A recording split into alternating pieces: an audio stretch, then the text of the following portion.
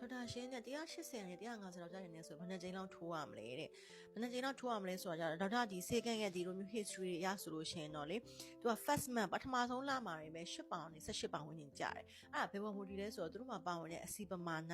ပြီးတော့သူတို့ရဲ့ metabolic ဆိုတာမူတည်ပြီးတော့အဲ့လိုကြာကြတယ်ဒါပေမဲ့ကြာတာကတော့ကြာတယ်ဘာလို့လဲဆိုတော့သူက saturday လို့ခေါ်တဲ့စားခြင်းစိတ်ဒီစင်တာကိုသူထိန်းချိုးလိုက်တာဖြစ်တော့ကြောင့်လူကလေဟိုလမ်းဆန်းပြီးတော့ဘိုင်းမစားဘူးပေါ့နော်အဲ့လိုဖြစ်တဲ့ကြောင့်မို့လို့ကိုက weight ကတော့ကြာတယ်ပေါ့နော်နောက်တစ်ခုကကျတော့ဒေါက်တာတို့ဆေးကမှာကျတော့ထာစီပတ်တိုက်ကိုတုံးတာထာစီပတ်တိုက်ကကျတော့နောက်ဆုံး generation မျိုးဆက်ပေါ့အဲ့ဒါကြောင့်မို့သူက weight ကျဖို့အတွက်ဆိုရင်ထာစီပတ်တိုက်ကပိုကောင်းတယ်ဒီ first generation ကကျတော့သူကစီးချိုသွေးတိုးထိန်းတဲ့အခါမှာဆိုရင်ပိုပြီးတော့ကောင်းတယ်ပေါ့နော်အကူက weight ကျချင်အောင်တက်ပဲဆိုလို့ရှိရင်တော့ထာစီပတ်တိုက်လေးထိုးဖို့အကြံပေးခြင်းတယ်ပေါ့နော်ထာစီကကျတော့ပိုပြင်းပြီးတော့ပြင်းတယ်ဆိုတာဟိုမျိုးဆေးပြင်းတာပြောတာမဟုတ် powerful ပေါ့နော်ပိုအားကောင်းတယ်ပေါ့ပိုအားကောင်းပြီးတော့သူက weight loss အတွက်ပိုကောင်းတယ်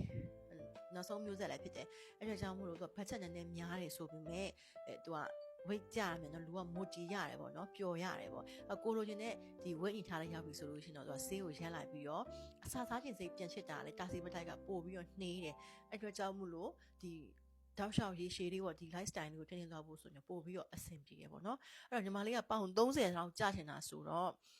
အမဟင်းနဲ့6ကြိမ်လောက်ပေါ့နော်တစ်ပတ်တစ်ချိန်နဲ့6ကြိမ်လောက်သွားလို့ရှိရင်ညီမလေးလိုချင်တဲ့ weight ကိုရမှသေးကြတယ်ပြီးတော့လူငယ်ဖြစ်တော့ကွာလုံးဝလေအရန်ချခြင်းနေမှာမိုဒီအဖြစ်နဲ့အရန်ချခြင်းနေမှာဆိုတော့6ကြိမ်လောက်ထိုးဖို့တော့အမကအကြံပေးခြင်းပါတယ်ရှင်